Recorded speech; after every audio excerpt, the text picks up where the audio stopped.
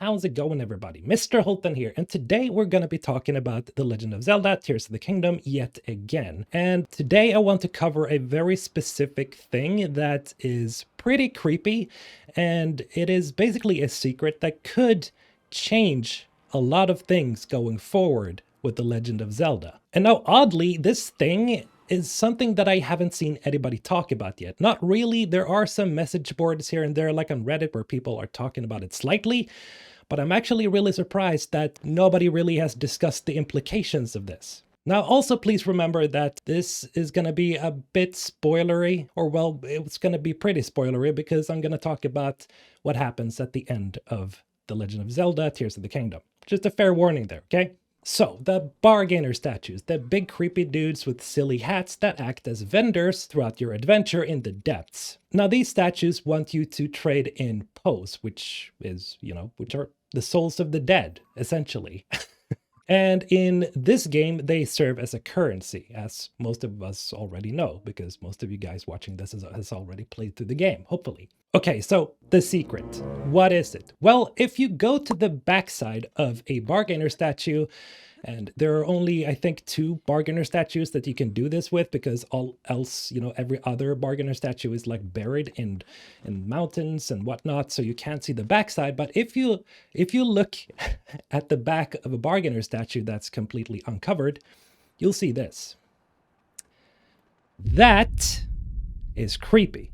Now, some of you guys might be thinking, hey, okay, yeah, you can see it's a face, right? Some of you are like, yeah, but that just looks like a begoblin or whatever they're called. It looks like a demon. If you're an OG Zelda fan, if you've played a lot of the Zelda games, you know who this is, right? Now, this should come as no surprise, really, because this is literally the face of Ganon. Die! What makes this so interesting is that at the end of Tears of the Kingdom, spoiler again, we kill Ganondorf, seemingly for good. Or well, it's never really for good because it's established back in, Skyward Sword that Demise essence will always come back to haunt the children of Zelda and Link and whatnot. So yeah, of course, he never really truly dies, I guess, but he goes up in a huge nuke explosion, so I guess he's dealt with for now. But the very interesting thing about this Ganon face on the backside of the statues is the fact that the statues trade you items that could potentially make Link stronger. Yes, a lot of it is cosmetic, but there are items that actually make Link stronger. And you can also, buy back items, legendary items that are broken from the bargainer statues with pose. Now, let's say that Ganondorf and Ganon are the same person as they've always been, right? Throughout this Zelda franchise. But why would Ganondorf be selling you items that make Link stronger so he could be defeated by said items later on in the game? Why would he do that? See, here's the thing. There seems to be an idea that Breath of the Wild and Tears of the Kingdom is essentially a soft reboot of Zelda. Right? There's been a lot of theories about this going forward. There's been no real conclusive evidence. Nobody on the Zelda team has actually said that, yeah, this is still just a continuation. They've basically said that, yes, this takes place so far into the future that it doesn't really matter if you compare to the old game like Ocarina of Time and all those games. Like it's, Breath of the Wild and Tears of the Kingdom is so far into the future that it's, every other game basically has become a myth. So, here's what I'm thinking. So if this is indeed a soft reboot, if this is what we're all, most of us are thinking, just look at the background for Ganondorf, just look at the imprisoning war that has now become, we see a different form of Rauru, who was like a fat dude with, with a handlebar mustache. And now he's like a goat sheep man.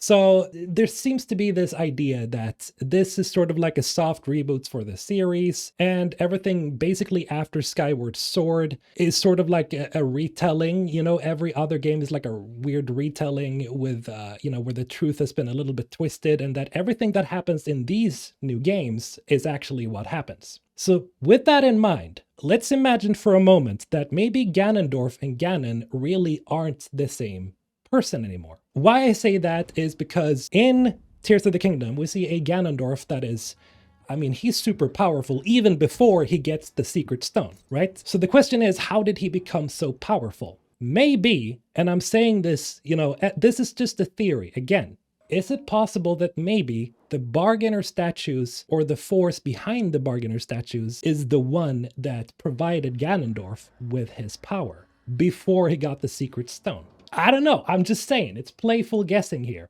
Now, we all know that there's most likely gonna be another Zelda game after this one, and it's most likely gonna be the same formula as we've seen here with Breath of the Wild and Tears of the Kingdom. But if Ganondorf is basically like destroyed at the atomic level in this game, like we see him, being absolutely obliterated, then who will be the villain for the next game? Now, yes, we fought Ganon as Dark Beast Ganon and Calamity Ganon in Breath of the Wild, but as far as we can understand it, that was basically just an amalgamation of Ganondorf's power. So it seems like both the gloom and the malice are basically the same thing, right? But what if the powers or gloom/malice that emanates from Ganondorf is not really just his own power from the secret stone, but is it possible that that may be the power that comes from something else, which is Ganon, the true form?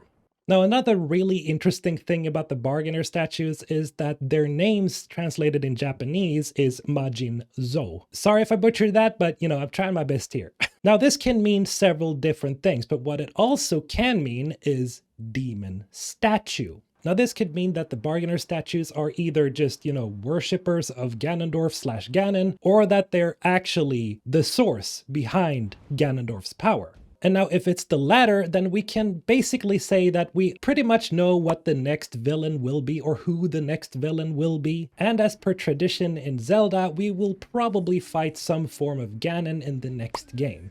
Now again, this is just a huge theory. I know, yes, I'm filling in the gaps here, but it is really weird, and it is really weird that not many people have talked about this yet, because I think this could mean so many things for the franchise going forward. Maybe it doesn't mean anything, but hey, it's fun to talk about, so let's do it. Tell me what you think about this in the comments below. And as always, have a great day. Mr. Holton signing out.